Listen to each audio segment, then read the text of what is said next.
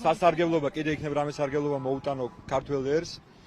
ნაკლებად შეიძლება კრეატიულები ვიყავით, შეიძლება ნაკლებად ორგანიზებულები, მაგრამ გეუბნებით პირდაპირ რომ დიქტატურაში დონორს პროცესების ვერ იპოვით.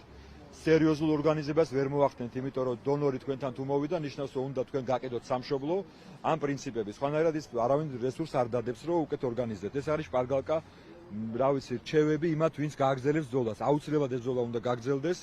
ამიტომ რა იყო კიდე? მეტი არა განაცხადამდე მოდით რა. ეს ერი შეუძლებელია ვინმე დაამარცხოს, შეუძლებელია გადატეხოს.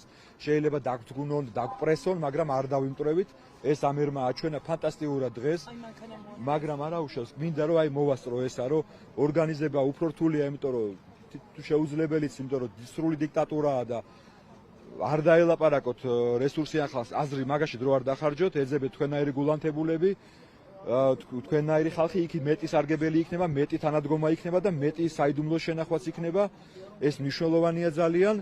არ ეძებოთ, იყავით როგორ გითხრათ რა, ენდეთ იმათვის, რაც დობას შინაგანი გზნობა გაქვთ და თუ რაღაც კარნახობთ, რომ არ უნდა ედოთ, არ ენდოთ იმას. არ დანებდეთ რა მოკლედ რა იბრძოლეთ თავისუფლებისთვის მებრძოლეთ ბატონო.